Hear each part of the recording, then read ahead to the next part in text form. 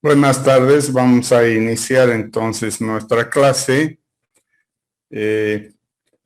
Hasta ahora hemos visto las unidades de clasificación de carreteras, la unidad de etapas en una carretera y los parámetros de diseño geométrico que tienen las carreteras. Entonces ya estamos en condiciones de conocimiento para entrar a ver lo que es el diseño de carreteras propiamente dicho en el tema geométrico. Para ello vamos a ver algunos conceptos y después vamos a entrar en la metodología que tenemos que utilizar para el dimensionamiento geométrico. Cuando hablamos del diseño geométrico de carreteras, nos vamos a referir concretamente a 3 etapas que debe seguir este diseño, que son la etapa del diseño en planta o planimetría, la etapa del diseño en alzado o altimetría, y la etapa del diseño de movimiento de tierras, que es la sección transversal de las carreteras y el cómputo del movimiento de tierras que genera la construcción de una carretera. Esos son los 3 componentes principales del diseño geométrico y estos son los 3 componentes que tenemos que ver en el semestre. Fundamentalmente. Entonces vamos a empezar por el diseño en planta, luego veremos el diseño en alzado o altimetría y luego el diseño en movimiento de tierras. Y para complementar este diseño geométrico hemos incorporado la unidad de drenaje en carreteras para que con eso esté completo el dimensionamiento a nivel geométrico. Ese es el propósito del semestre. Desde el punto de vista conceptual, cuando hablamos del trazado en planta, dentro de las simplificaciones habituales para estudiar el trazado de una carretera, la primera fase la constituye su trazado en planta. Consiste en realizar la proyección del eje que define la carretera sobre una superficie paralela a la superficie terrestre que, si su extensión no es muy grande, se puede considerar como un plano horizontal.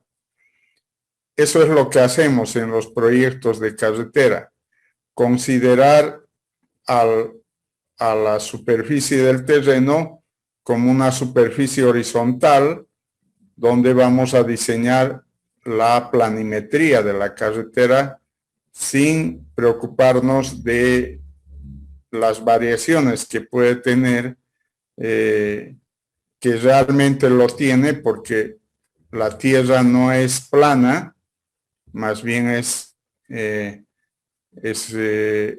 una curvatura del geoide y por lo tanto 2 puntos sobre la superficie terrestre no tendrían que tener la misma altura.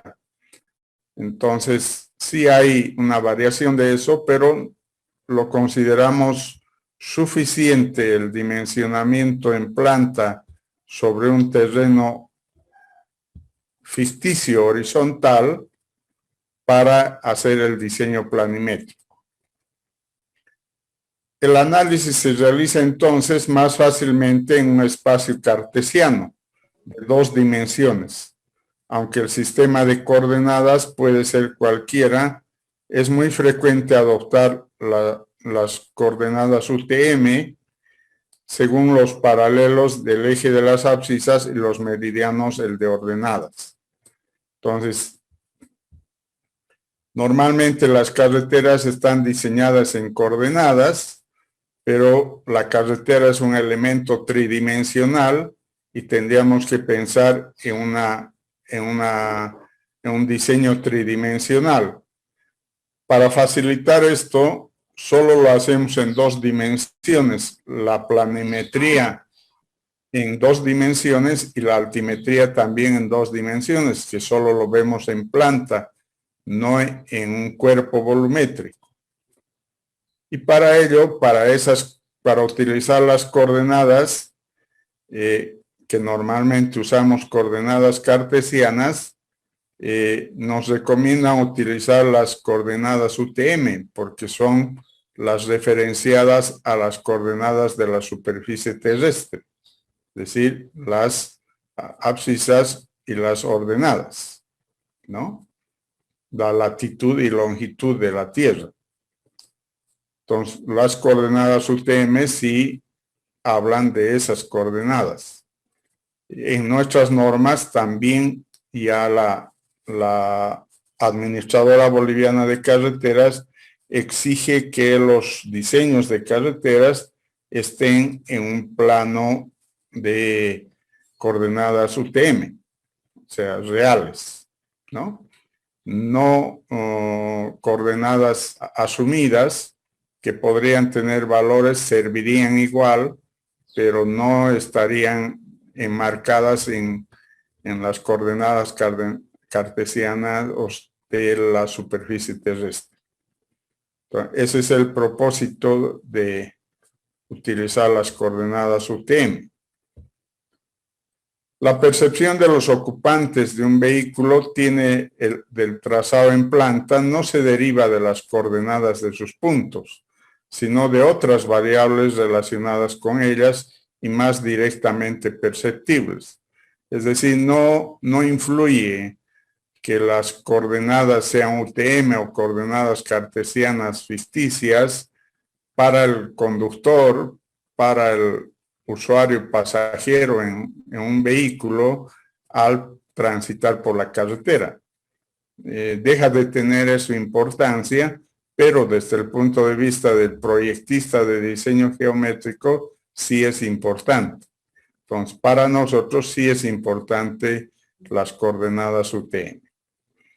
El rumbo azimut, que es la dirección a la que apunta el vehículo y hacia donde avanza, y la curvatura, que es el inverso del radio del círculo oscilador a la trayectoria en el punto considerado. Entonces, son los elementos que nos sirven para ubicar al vehículo dentro de la carretera. En la técnica viaria se emplean 3 tipos de alineaciones: las alineaciones rectas o tangentes y las alineaciones curvas, que pueden ser circulares o que pueden ser curvas de transición. Las alineaciones rectas o tangentes es la que el azimut es constante y la curvatura es nula. Las curvas circulares es que el azimut varía linealmente en el camino recorrido y la curvatura es constante. Y las curvas de transición es la que el azimut como la curvatura varían con el camino recorrido. Entonces, en diseño geométrico, lo que planteamos hacer en planimetría es trazar alineaciones rectas o tangentes y alineaciones curvas. Esos son los 2 únicos elementos que debemos trazar en una carretera. Les decía que nos interesa en el diseño geométrico inicialmente trazar las alineaciones rectas o tangentes y las curvas, que pueden ser curvas circulares o pueden ser curvas de transición. Entonces, ese es nuestro primer propósito en la materia: aprender a hacer alineaciones con curvas y hacer la planimetría. Para eso, utilizaremos algunos conceptos que, aunque son obvios, pero vale la pena decirlos porque todos conocemos una recta o llamada tangente dentro de la jerga de carreteras, o conocemos las curvas, pero ahora tenemos que conocerlas nuevamente, pero desde el punto de vista geométrico de las carreteras. Entonces, ¿cuáles son la función y necesidad de las alineaciones rectas o tangentes? Aunque podríamos decir que la mejor carretera sería la unión de dos puntos con una recta, ¿no? Esa sería la mejor carretera. Pero no es tan cierto porque hay restricciones por el cansancio visual, que no es conveniente que una carretera sea una línea recta. Y en nuestro país no existe ni la posibilidad porque la topografía es muy accidentada y no permite tener alineaciones rectas muy largas en kilometraje, y siempre hay curvas, por más que sean curvas de radio grande, sí existen. Entonces, no tenemos la problemática del cansancio visual. La función y necesidad. Al salir de una curva que es recorrida a una velocidad limitada, los conductores que circulan aislados pueden acelerar en la alineación recta siguiente hasta alcanzar una velocidad que estimen deseable, si las prestaciones de su vehículo lo permiten, o hasta que la proximidad de la siguiente curva les haga desacelerar. Entonces, podríamos pensar que después de la curva, o sea, encontramos una recta, y esa recta, mientras más larga sea, mejor para el conductor de un vehículo, porque va a adquirir mayor velocidad hasta llegar a la siguiente curva. Entonces, siempre tenemos el criterio, los proyectistas de diseño geométrico, de pensar en la mayor cantidad de rectas y la menor cantidad de curvas. Ese debería ser una hipótesis presente en todos los proyectistas de diseño geométrico. En este caso, en ustedes, para hacer su proyecto, también tiene que ser eso. El pensamiento de hacer la mayor cantidad de rectas y la menor cantidad de curvas. Dentro de lo posible, obviamente, porque no siempre es posible. Hay carreteras de nuestro departamento que ustedes han debido ver que son curva con contracurva seguida. A ver si les pongo un ejemplo. Todos han debido viajar a Bermejo, pero al llegar a Bermejo, en los últimos 10 kilómetros, la trayectoria geométrica de la carretera es curva con contracurva, casi continua. Entonces, esas son las características de esa carretera, ¿no? Entonces, no es muy fácil encontrar. Ahora, la subida a la falda de la Queñua para ir a Potosí, se va a dar que también es una carretera con muchas curvas, ¿no? Entonces, no hay un ejemplo de muchas rectas y pocas curvas. Es la trayectoria de la carretera de Tarija a Patcaya, ¿no? Que tiene mucho más rectas que curvas. Entonces, las alineaciones rectas resultan especialmente indicadas en los terrenos planos o llanos, donde sea preciso adaptarse a algún condicionante externo que sea recto, en las proximidades de los nudos o de las conexiones con otras vías o intersecciones que llamamos nosotros, donde resulte necesario detenerse, como en las estaciones de peaje, y en la carretera de calzada única con dos carriles, en las que adelantar a otros vehículos más lentos es peligroso hacerlo en curva. Debería ser una trayectoria en recta. Entonces, todas estas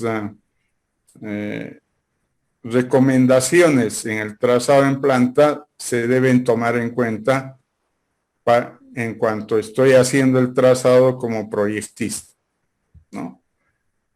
son recomendaciones muy generales, por supuesto, porque no vamos a encontrar ni norma ni libro que diga el primer kilómetro debe ser una recta. Después viene una curva de radio de 50 metros. Después viene otra recta de 500 metros. No hay esa receta, no existe. No existe. Entonces, cada proyectista, en este caso, cada uno de ustedes que va a ser de proyectista en su proyecto, tiene que ser capaz de hacer un trazado. Y ese trazado solo debe cumplir con las expectativas de la norma. Entonces, solo debe tomar en cuenta la norma. Pero todas esas otras cosas que estamos hablando son recomendaciones que tendrán que recordar al momento de estar haciendo el trazado. ¿Cuál debía ser esa longitud máxima o mínima? La velocidad que pueden alcanzar los vehículos en las alineaciones rectas de gran longitud solo está limitada por la inclinación de la rasante. Cuando la rasante es con pendiente en subida, o sea, probablemente se pueda disminuir la velocidad, aunque sea recta. Pero si la inclinación es baja, o sea, la velocidad puede ser mayor. Entonces, solo está limitada en realidad por la pendiente. Por ello, en los trazados nuevos resulta aconsejable evitar las alineaciones rectas excesivamente largas. Entonces, no nos recomiendan que las alineaciones rectas sean excesivamente largas. Ya les decía, cuando es demasiado larga, hay estudios de investigación que han hecho del cansancio del conductor que podría generar una posibilidad de accidentes en trayectorias en recta. Y eso pasa en algunos países cerca al nuestro, en la Argentina. Quienes hayan podido viajar por carretera a la Argentina, pasamos el puente internacional y empezamos a tener otras características de terreno, ¿no? Es increíble lo que nos toca a nosotros y lo que les toca a los argentinos en su territorio, y son zonas muy planas, con pendientes muy bajas, y obviamente, o sea, tienen rectas, inmensas rectas, con pocas curvas. Entonces ahí uno se puede dar cuenta el cansancio que se puede ejercer al estar en una recta de 8 o 10 kilómetros, ¿no? Por el contrario, si la recta entre dos curvas es muy corta, los conductores las trazarán en forma conjunta. En este caso, la perspectiva de ellos percibida les puede resultar compleja. El otro extremo es que entre curva y curva la tangente o la recta sea corta. Tampoco es recomendable porque no permite ni aumentar la velocidad ni adquirir mayor estabilidad, y tenemos que pensar que seguimos en curva pese a estar en una recta corta. Entonces, ahí en esas rectas cortas tampoco puede haber acción de sobrepaso, y por ese motivo tratamos de pensar que ese trazo corto es parte de la curva. Aunque no lo es geométricamente, es una recta o tangente corta. En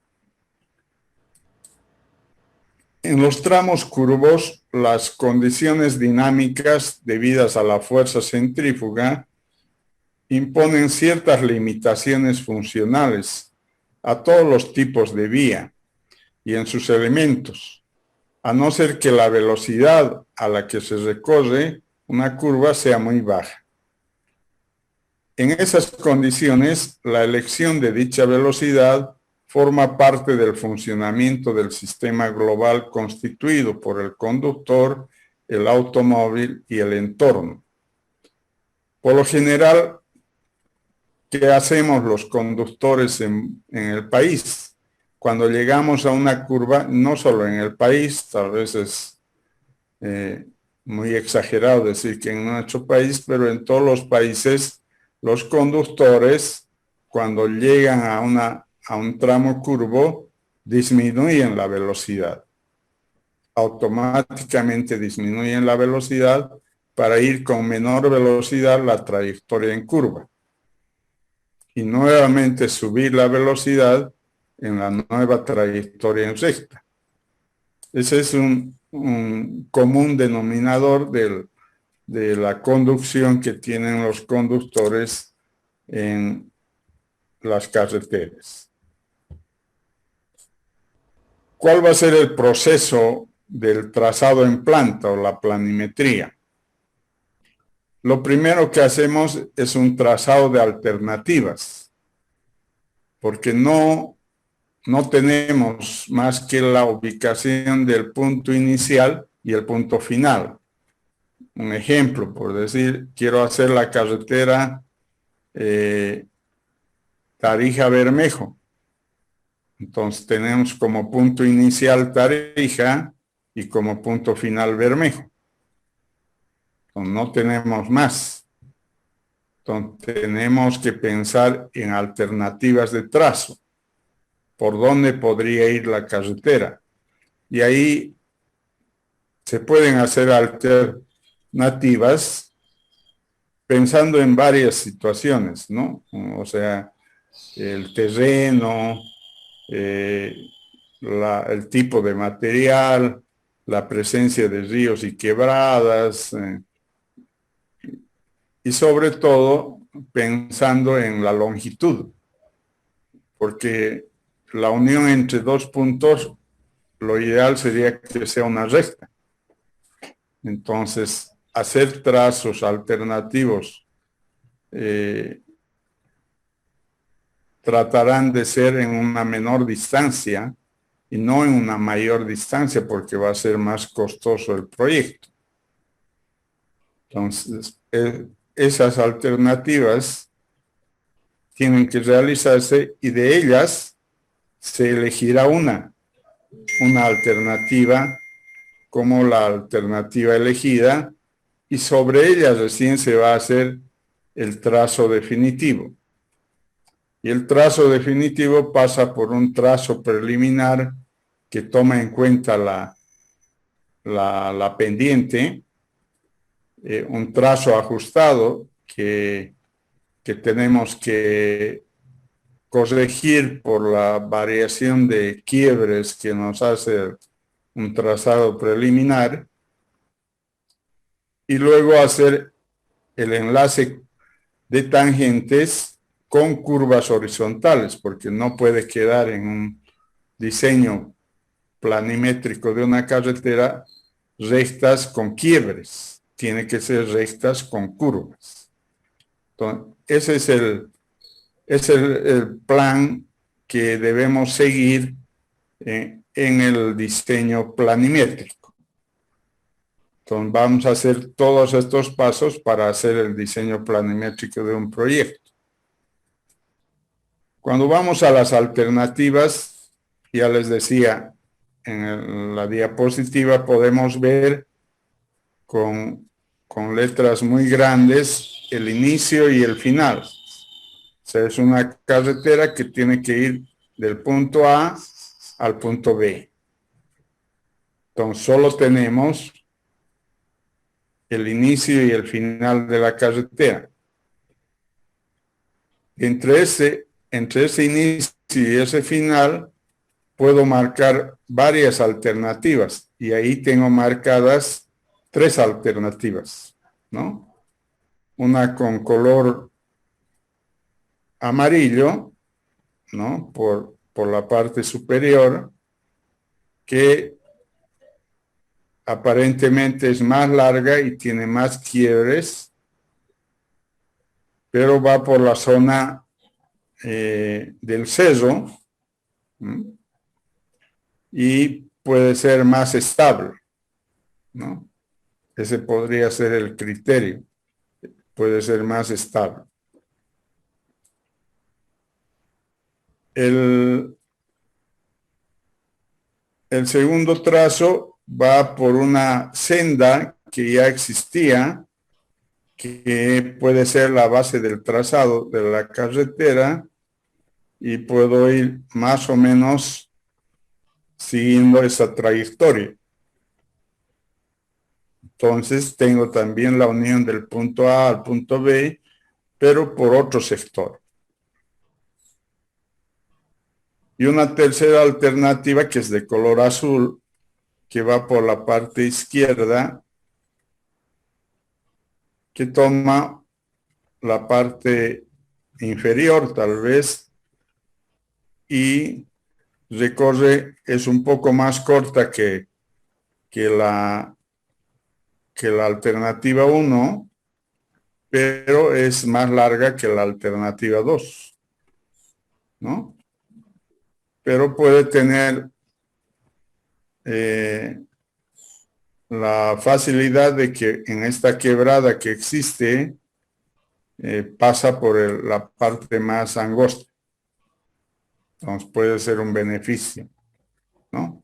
Entonces, algunos criterios habrá en el proyectista para hacer este trazado. ¿Dónde hacemos este trazado? Porque todavía no hemos hecho ningún levantamiento topográfico.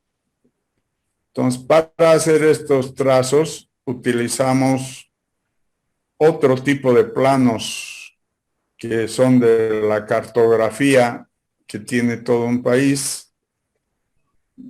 Puede ser de fotografías aéreas, fotogramétricas, puede ser de imágenes satelitales, como es es una imagen satelital. Es decir, buscamos posibilidades de darnos un plano real, pero a escalas no de diseño, porque la escala de diseño que necesitamos es relativamente pequeña. Una cartografía es 1 a 20.000 o 1 a 50.000. Una fotogrametría podría ponerlo en escala de diseño, pero la primera fotogrametría que puedo sacar son en escalas muy grandes, ¿no? 1 a 20.000, 1 a 10.000. Entonces, no tienen todavía información para diseño, pero sí para un trazo de alternativas. Entonces, sí tengo que hacer alternativas, salvo que ya hay una carretera existente, como en este caso, esta senda, y si esa senda tiene excelente geometría, ya no tengo que pensar en otras alternativas. Pero por lo general, nuestras carreteras no siempre tienen, por más que haya una carretera, una apertura de carretera de tierra, las condiciones geométricas son muy pobres. Entonces, probablemente si quiero pavimentarla, esa carretera no tiene la geometría adecuada. Entonces, no siempre voy a utilizar exactamente esa geometría, sino buscaré una mejor alternativa. Entonces, hago este primer trazado en planos a escala muy grande y trato de evaluar. Entonces, ¿qué debo evaluar en las alternativas? Hay diferentes criterios para evaluar y hacer un análisis de alternativas, pero nos vamos a ir por estos criterios. El criterio de la longitud virtual, el criterio del porcentaje de roca y el criterio de las obras de arte mayor o puentes. Cuando hablamos de longitud virtual, es una ecuación que toma en cuenta la longitud real, cuya sumatoria es una sumatoria de tramos de la longitud, y toma en un segundo componente al trabajo que realiza en esa longitud a partir de una pendiente y una superficie de rodadura. Entonces, esta parte ya constituye el trabajo en circular en esta longitud. Y a eso se denomina longitud virtual. No es una longitud real, pero es una longitud que sirve para comparar. Entonces, ¿cómo determino la longitud virtual? Haciendo sumatoria de las longitudes parciales. ¿Cuáles serían las longitudes parciales? Por ejemplo, en esta de la alternativa amarilla, entonces tengo este trazado desde el punto A hasta el primer vértice, del primer vértice hasta el segundo vértice, del segundo vértice hasta el tercer vértice, del tercer vértice al cuarto vértice y del cuarto vértice hasta el punto B. Entonces tengo 1, 2, 3, 4, 5 tramos. Entonces voy a hacer la sumatoria de esas longitudes. Entre este punto y este punto hay una longitud y así sucesivamente en cada segmento.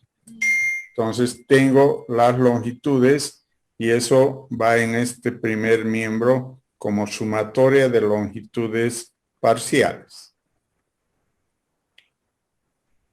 ¿Cuál es la pendiente? En estos mismos planos, si tengo las curvas de nivel, voy a saber entre el punto A y el primer vértice cuánto de distancia existe longitudinal y cuántas curvas de nivel ha pasado, y podré saber cuánto es el desnivel. Si esto tiene una curva de nivel de 1801 y esto de 1814, entonces sé que hay un desnivel de 13 metros en una longitud que probablemente sea, por ejemplo, 2 kilómetros 800. Entonces, los 2 kilómetros 800 entre el desnivel me va a dar la pendiente. Entonces, a eso se refiere con estas pendientes que van a ser para cada tramo. Y un coeficiente de rodadura. Si la carretera va a ser de tierra, si va a ser de ripio, o va a ser de asfalto, o va a ser de pavimento rígido, tiene diferentes coeficientes de rodadura. Ese es el valor que utilizamos en esta ecuación. Y eso multiplicado por las longitudes parciales. Entonces, hacemos ese trabajo y calculamos la longitud virtual. ¿Cuál debería ser la alternativa elegida? La alternativa elegida será la menor longitud virtual, ¿no? Ese sería el criterio. El segundo criterio es el número de obras de arte mayor. Cuando hablamos de obras de arte mayor, estamos hablando de puentes.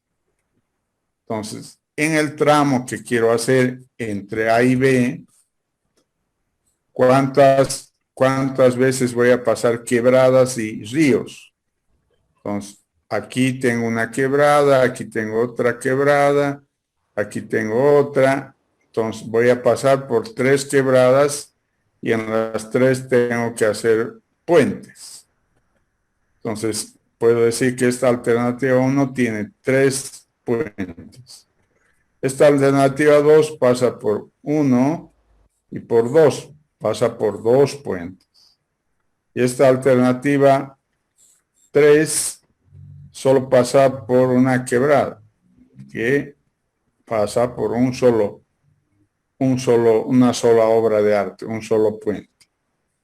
¿Cuál es la mejor alternativa desde ese criterio? Aquella que tiene menor obras de arte, menor puentes. Entonces, porque los puentes son obras de drenaje muy caros. Entonces, puede ser que alcancen valores inclusive iguales al costo de la carretera, solo las obras de puentes, ¿no? Entonces, por ese motivo, elegiremos la mejor alternativa, aquel que me dé menor número de obras de arte. En otras palabras, menor cantidad de puentes. Y tercer criterio es el porcentaje de roca. O sea, ¿cómo el porcentaje de roca? En todos los trayectos que sean alternativa, podré hacer una visita vía los planos cartográficos, vía la fotogrametría, o en algún caso podré hacer una visita recorrida a pie para ir viendo, pero de cualquier manera voy a obtener información de cuáles son los sectores que tienen material normal, gravas, arenas o arcillas, y qué zonas tienen macizos rocosos, que hay que hacer excavación en roca para formar la carretera. Entonces aquí en esta alternativa que voy por la parte más alta del cerro, entonces me doy cuenta que puedo tener acá un macizo rocoso y también en esta parte otro macizo rocoso, ¿no? Entonces, puedo evaluar si estos dos lugares alcanzan el 15% de todo el trayecto, entonces ese será mi porcentaje de roca frente a todo el resto que voy a tener material suelto, ¿no? Entonces, eso es lo que averiguo en cada alternativa. La idea es que la alternativa elegida sea con menor porcentaje de roca. Entonces, teniendo información de los tres criterios, voy a la elección de la mejor alternativa. La mejor alternativa será aquella que tenga menor longitud virtual, menor número de obras de arte mayor y menor porcentaje de roca. Esa es la mejor alternativa. Entonces, este es el primer paso que hago en diseño geométrico. Hago alternativas, las comparo y busco la mejor alternativa. Salvo excepciones, la mayoría de los proyectos siempre tienen alternativas. Cuando no haga alternativas, será que estoy muy seguro del trazo que quiero hacer, o no hay otra opción, porque por ahí tiene que ser, por ahí es el mejor trazo, o ya existe un trazo y mejor es mantener ese alineamiento que ya todos conocen y no hay problemas, no hay grandes pendientes, no hay problemas geológicos, no hay problemas hidrológicos de quebradas y ríos, entonces es buena alternativa, entonces la elijamos. Entonces, ese es el primer paso en el trazado en planta, elegir la mejor alternativa. una vez que tengo elegido la mejor alternativa, puedo pasar ya al proceso del diseño geométrico. Hasta ahí está claro. ¿Hay algo que no han entendido, algo que se les aclare y mejore la explicación en cuestión de las alternativas de trazo? Tienen la palabra. ¿Todo está claro, Rocabado? Sí, ingeniero. Muy bien. Inge, Adelante. si en el tema del diseño o de lo que estaba explicando, de la elección del mejor trazado o recorrido, si se habla de que hay que escoger o ver donde haya menores obras de arte, que es el tema de los puentes, pero si las distancias son mayores. Sí, tal vez me olvidé explicarles que el primer criterio que manda es la longitud virtual.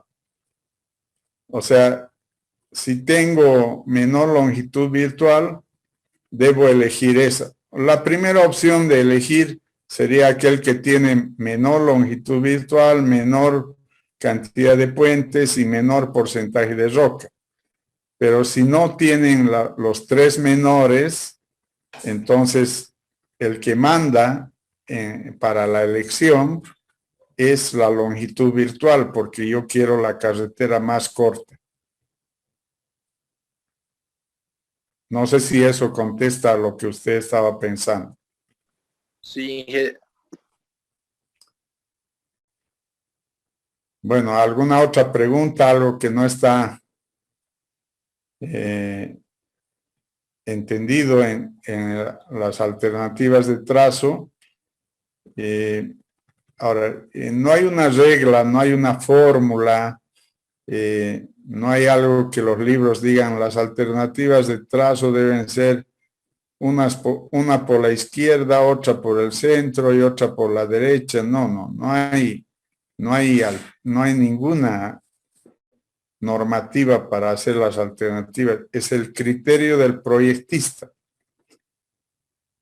Y no sé si se los dije ya alguna vez, pero lo real es que el criterio de los proyectistas tampoco es el mismo, ¿no? Todos los ingenieros proyectistas podemos tener distintos criterios. Entonces, no es que todos vamos a hacer el mismo trazo planimétrico de una carretera. Ya les va a pasar un poco con su proyecto que hagan, porque probablemente haya discusiones en el buen sentido en el grupo sobre el trazado, ¿no? Para algunos está bien que le hagamos la recta hasta ese lugar, para el otro no, avancemos más con la recta, hagamos una curva con más radio, con menos radio. Son criterios. No hay una regla general. No hay una norma que diga exactamente los pasos a seguir, estrictamente para un trazado. Entonces, importa mucho el criterio y la habilidad del ingeniero de trazo geométrico, ¿no? Entonces, alguna vez como usuarios, reclamamos al estar recorriendo por una carretera y decir, esta carretera, tantas curvas y tan cerradas o poca visibilidad, o poniéndole una serie de adjetivos adversos a la carretera como usuarios, ¿no? Entonces, pensando quién lo ha diseñado en ese sentido. Entonces, ustedes van a pasar porque no es tan sencillo y con seguridad hay varios criterios. Entonces, pero las cosas generales están dichas. Si yo quiero hacer un buen trazado, intente hacer con mayores rectas y menores curvas. Ese es buen trazado. Intente hacer con la menor longitud virtual, porque la idea es ir del punto A al punto B en la forma más rápida posible con un vehículo. Entonces, no quiero ir dando vueltas y vueltas para llegar. No, quiero ir lo más rápido posible. Entonces, esos son criterios generales, ¿no? Ya los particulares los tiene que vivir un proyectista haciendo su trazado. Entonces, una vez definida la alternativa elegida, entonces, por ejemplo, vamos a elegir en esta y elegimos la roja del medio como mejor alternativa.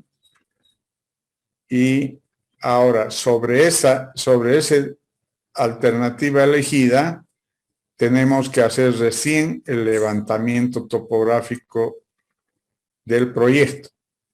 Entonces, recién hacemos el levantamiento topográfico de esta alternativa elegida, ¿no?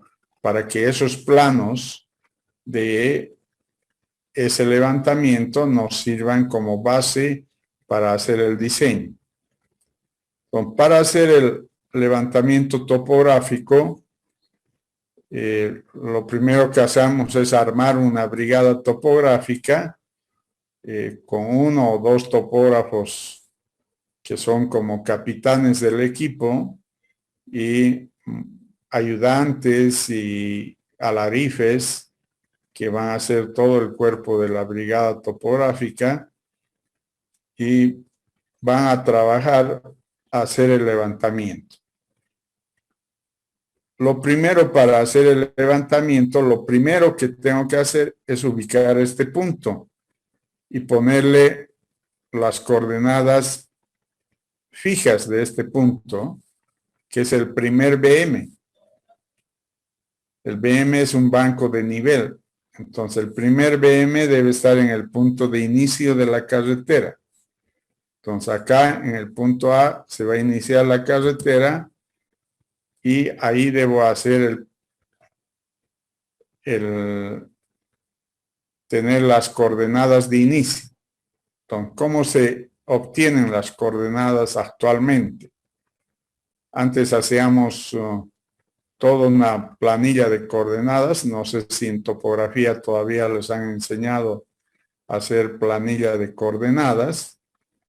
En cambio ahora, con los equipos actuales, tanto las estaciones totales como los GPS ya obtienen la coordenada del punto. Entonces, trabajan en coordenadas tridimensionales.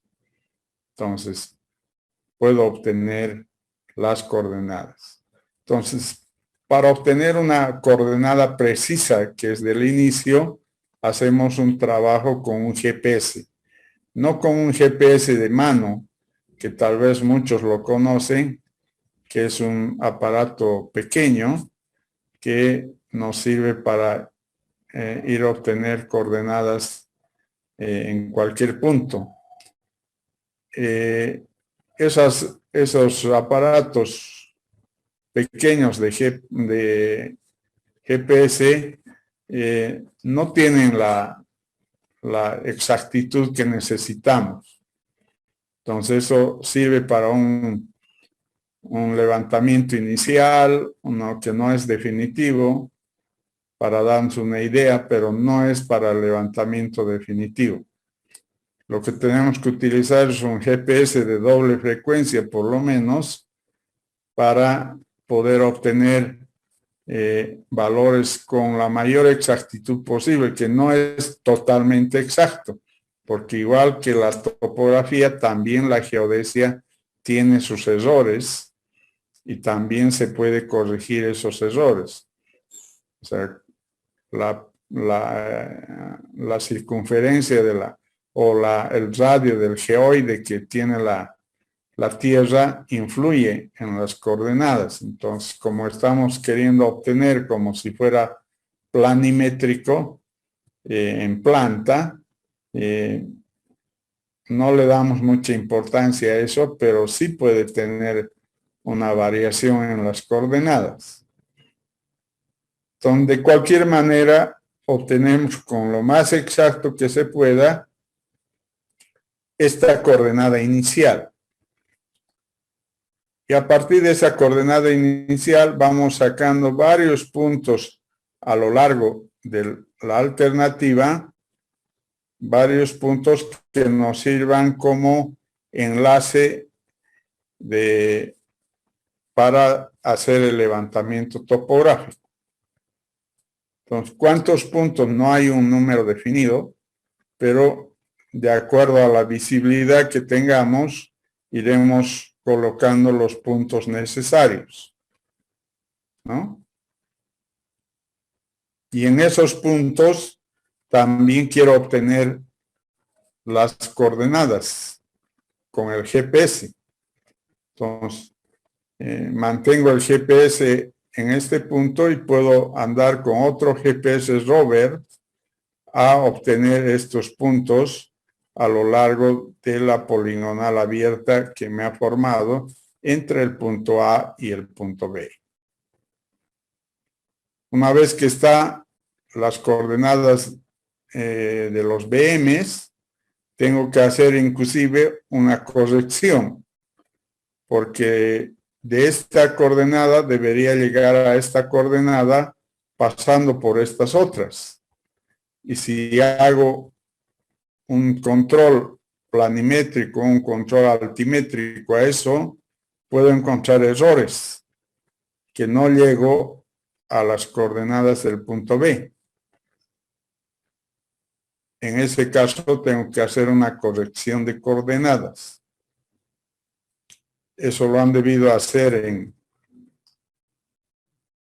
en topografía, una corrección por coordenadas. Y en cuanto al nivel, también puedo hacer una corrección del nivel, porque si parto de este punto y paso por varios puntos, voy a ir subiendo o bajando como esté el terreno hasta llegar al punto B.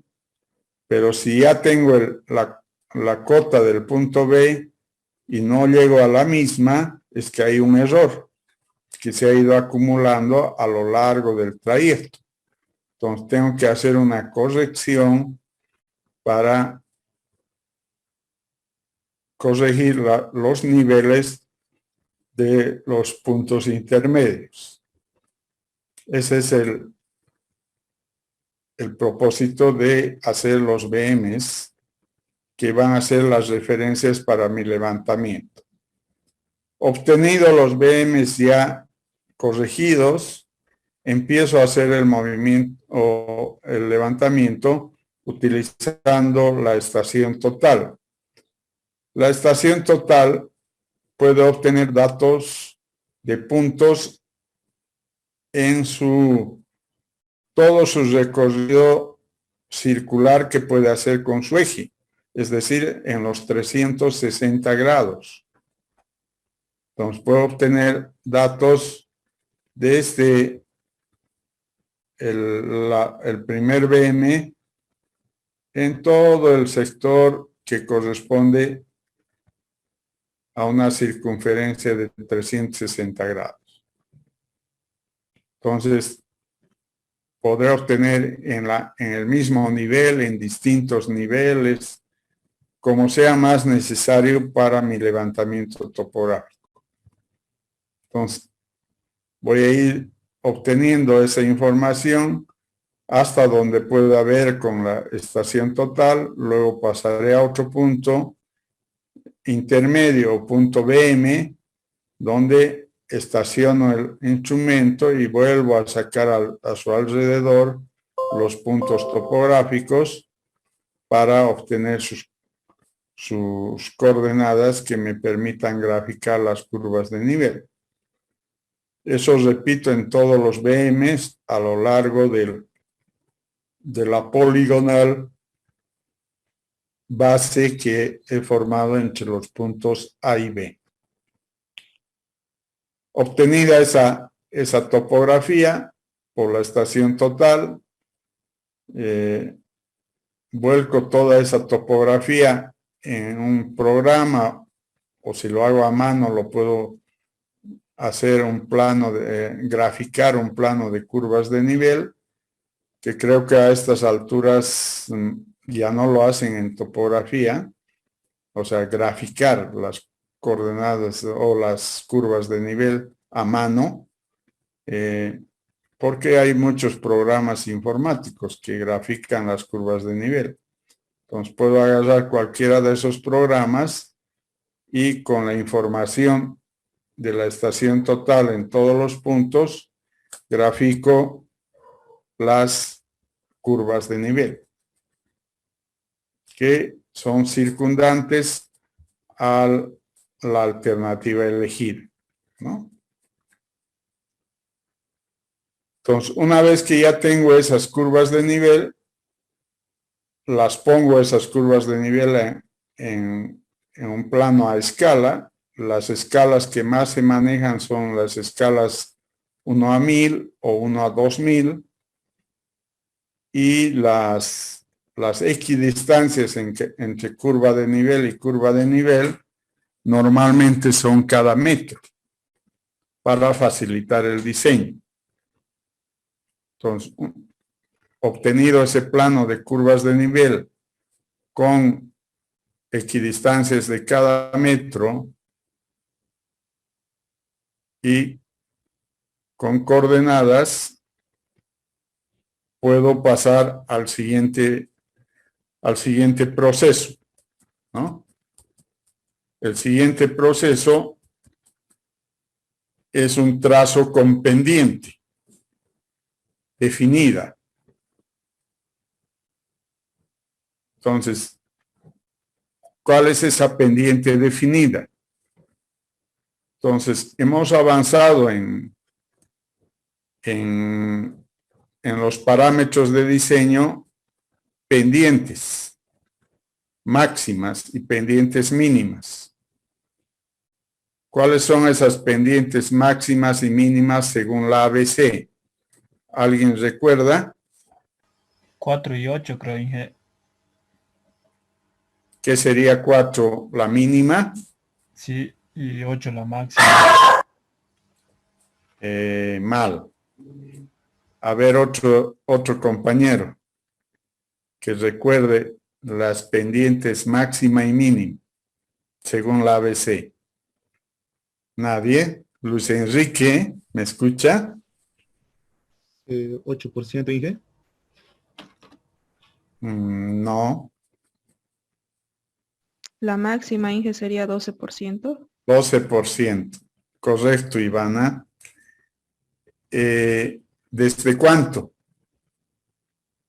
O sea, ¿cuánto sería, según la ABC, la menor pendiente? ¿0? Creo que es ¿Cuánto sería la 0,5. 0,5. Esos son los datos que hemos dado, ¿no? 0,5, y la pendiente más alta que puede aceptar la ABC es 12% en caso de un solo tipo de camino, no, ni siquiera de carretera, ¿no? De camino. Pero, y para la velocidad más baja también. Pero esos son los límites. Entonces, cualquiera sea la pendiente máxima elegida en los parámetros, ya en esta parte, cuando voy a hacer el trazo, ya tengo el dato. Entonces ya tengo el dato de cuánto es la pendiente máxima. Entonces, si yo tengo la pendiente máxima, qué sé yo, 6%, entonces hago los trazos con el 6%. ¿Y qué significa hacer un trazo con el 6%? Entonces tengo que hallar esta abertura de compás, de ahí viene ese gráfico. La abertura de compás que entre curva de nivel y curva de nivel me represente el 6%. ¿Cómo se hace eso? O sea, ¿qué significa el 6% cuando hablo de 6% de pendiente? ¿Cómo interpretan ustedes a ese 6%? Ingeniero, dónde? si 100 cada metros curva de de- nivel está a 1 metro, entonces lo que se necesita saber es la longitud, digamos, Ya, para saber, pero digamos, la diferencia de cotas es de un metro, dijo. sí, 1 metro. Y entonces la longitud sería de la abertura del compás. Ya. O sea, cuando decimos 6%, es que hay 6 metros de desnivel en 100 metros de longitud de distancia. Eso es 6%, ¿no? Y lo que queremos averiguar que en 1 metro de desnivel, porque las curvas de nivel están en la equidistancia de 1 metro, ¿cuánto de distancia horizontal necesito? 6 centímetros.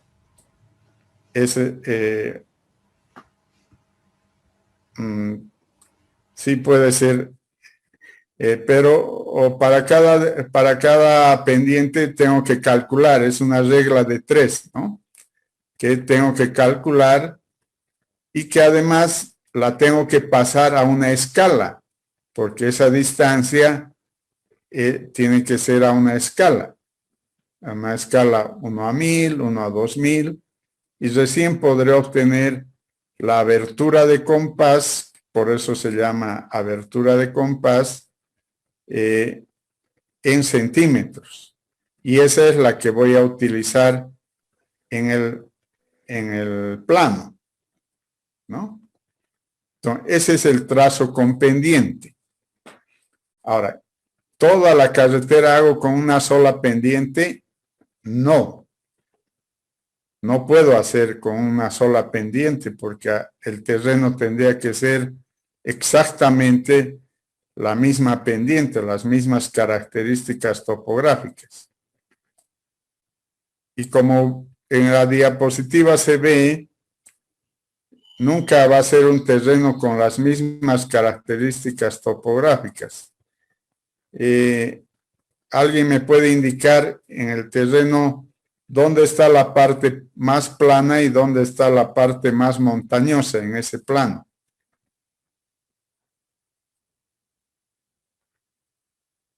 La parte más plana está donde las curvas de nivel están más separadas, y la montañosa donde las curvas de nivel están más unidas. Exactamente, visualmente eso es lo que tenemos que buscar. O sea, dónde están más separadas las curvas de nivel y dónde están más unidas las curvas de nivel. Cuando están más unidas hay mayor pendiente, entonces es una montaña. Y cuando están más separadas es una zona llana, es una zona plana, ¿no? Entonces, donde estamos en zona plana, ¿qué pendiente tendría que usar? Si mi límite está entre el 0,5 y lo que me dé la norma, ¿sí? Que es el 12% máximo, hablando de los límites extremos. Dentro de esos tendría que buscar con qué pendiente hago mi trazo.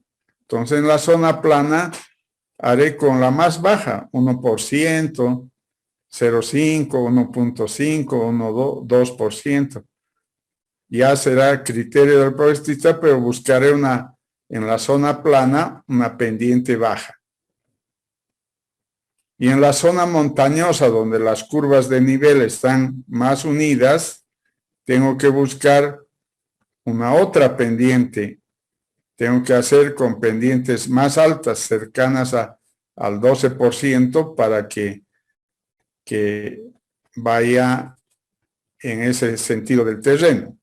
Entonces, elegiré también 8%, 9%, 10%, como el proyectista vea más conveniente. Entonces, el trazado se hace con pendiente, sí, pero con pendiente diferenciada en cada sector. Entonces, puedo en este gráfico que he empezado a hacer en esta parte plana y puedo decir que hasta aquí, hasta este punto donde está el cursor, voy con la pendiente del 2%, por ejemplo. Pero de este punto que ya entro en las curvas más unidas, bajo o subo la pendiente al 6%. Hasta este punto. Y en esta parte, que es la más crítica, en la parte de las curvas, están unas al lado de otras, voy al 12%. Hasta aquí, de aquí voy bajando la pendiente. Entonces, tengo que ir eligiendo la pendiente a medida que voy viendo el trazado, ¿no? Entonces, ese es el trazo con pendiente. No es una línea cualquiera. Es una línea que va con pendiente. Entonces, esa es la diferencia de que el trazado lo haga un ingeniero o que lo haga un dibujante, ¿no? El dibujante va a agarrar el trazado y va a hacer un dibujo, va a hacer líneas. Estas líneas podría hacerlas más rectas, inclusive sin nada de quiebres, y hacer líneas. No estamos formando dibujantes, estamos formando ingenieros. Entonces, ustedes tienen que ser capaces de hacer un trazo con pendiente, con criterio de cuándo deben subir la pendiente o bajar la pendiente, porque el terreno le permite, porque es más plano o es más montañoso, o se ha pasado a ondulado, etcétera, etcétera. Entonces, tiene que haber criterio. Entonces, ese es el primer paso. Es hacer esta línea segmentada que ven en la diapositiva con pendiente, con una o varias pendientes que me van a ir marcando todo este trazo. Ese es el trazo inicial, el trazo preliminar o el trazo con pendiente. ¿Alguna duda en eso? ¿Alguna pregunta? En la actualidad, lamentablemente, ya no estamos tan acostumbrados a este trabajo porque nos ha ganado la computadora, ¿no? Y entonces la computadora no tiene pues un compás, ¿no? No va a poder hacer ese trazo con pendiente la computadora. Solamente va a agarrar el cursor, va a poner aquí un punto y va a trazar otro punto y le va a trazar una línea. Fácil, ¿no? Y así voy trazando todas las líneas y en 5 minutos ya está hecha la carretera, ¿no? Pero esa carretera no tiene ningún criterio ingenieril. Es un trazo de dibujante. Entonces, no podemos hacer así las carreteras. Entonces, la dificultad ahora es llevar estos conceptos a la utilización de la computadora. En la computadora van a tener este mismo plano de curvas de nivel y van a tener un cursor, ¿no? Y entonces tienen que trazar con ese cursor trazos entre curva y curva o hacer el cálculo primero de las aberturas de compás para saber cuánto es a cada pendiente la distancia. Entonces, puedo ir haciendo este trazo y cuando cruzo a la otra curva, me puedo dar cuenta cuánta distancia es, porque las curvas de nivel están sobre una superficie que está milimetrada en la computadora y sí puedo obtener las distancias. Entonces voy a obtener las distancias y puedo saber con la distancia aproximar a una pendiente que estoy utilizando. Entonces sí puedo hacerlo. Es un poco más moroso, con mayor trabajo, pero sí puedo hacerlo, ¿no? Entonces, una vez realizada el trazo con pendiente, se darán cuenta que en este trazo que está segmentado, en todos los lugares donde he cambiado de pendiente, he generado un quiebre, ¿no? O sea, ya no es recto porque hay un quiebre y ahí he generado un cambio de pendiente. Entonces hay una serie de quiebres. Si tuviera que ser esta la carretera, habría muchas curvas, ¿no? Porque en cada quiebre tengo que hacer una curva horizontal. Entonces, para no tener tantas curvas horizontales, que no es el criterio del proyectista, el segundo paso es, en palabras vulgares, enrectar un poco el trazo definitivo o el trazo con pendiente, enrectar un poco. Digo un poco porque si me alejo mucho del segmento aquí, de la línea segmentada, cambia la pendiente. O sea, por ejemplo, acá donde está el cursor, tenía en la línea segmentada, la diferencia entre curva y curva tenía esta distancia, ¿no? Esta distancia. Y si voy a la línea azul que he hecho enrectando la línea preliminar, ahora la distancia es esta entre las dos curvas. Es menos la distancia horizontal. ¿Qué ha pasado? ¿He subido o he bajado de pendiente? ¿Alguien me puede decir? En ese sector que antes tenía esta distancia entre curva y curva, y ahora en la línea azul tiene esta otra, ¿he subido o bajado de pendiente? Subido de Ha subido. Aumentó. He aumentado, he subido de pendiente, porque la distancia entre curvas es más corta.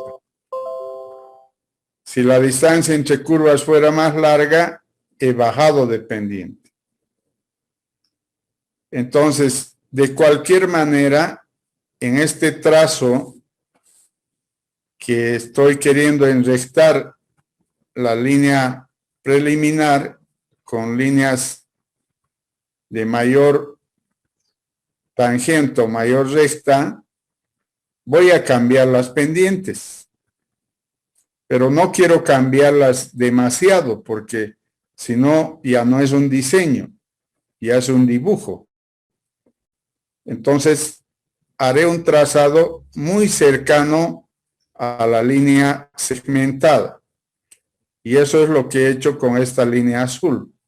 Es muy cercana, pero ya no tiene tantos vértices, ya tiene solo 3 vértices, ¿no? Y antes tenía como 10 vértices.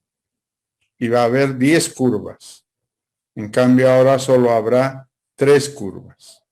Entonces, ese es el siguiente paso al trazo preliminar, hacer un trazo definitivo. Con criterio, ¿no? Sabiendo si estoy subiendo o estoy bajando la pendiente. y cuánto estoy bajando o cuánto estoy subiendo, ¿no? Cuanto más crítica es el terreno en zonas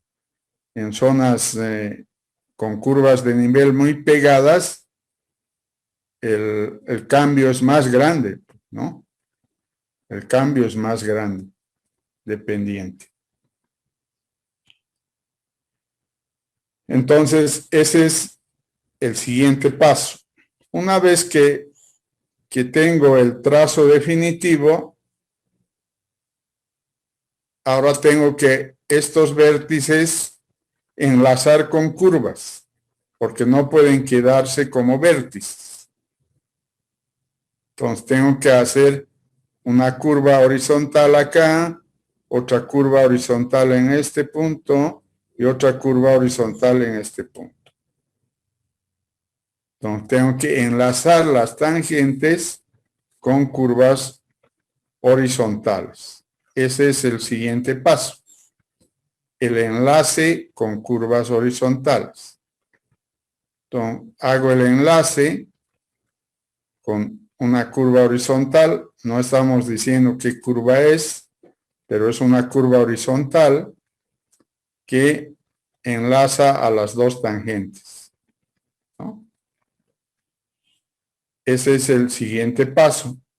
Y recién podré obtener un trazo definitivo, que ya sería yendo por las rectas y por las curvas horizontales. Ese ya es el eje definitivo. Ese es el proceso que tenemos que hacer en nuestro diseño geométrico. Hasta aquí vamos a avanzar. Hoy no vamos a avanzar más. Vuelvan a visualizar la clase, que la estoy grabando y la voy a poner en el Drive.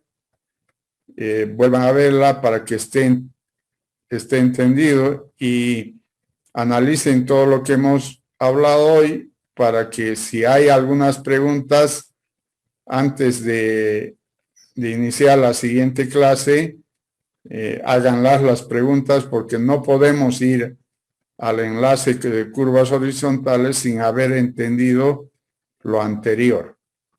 Hasta aquí, hasta la parte de las alternativas, el trazado preliminar con pendiente, el trazado definitivo enrectándola con mayor rectas y menor quiebres al trazado, y el enlace con curvas horizontales, tiene que estar claro.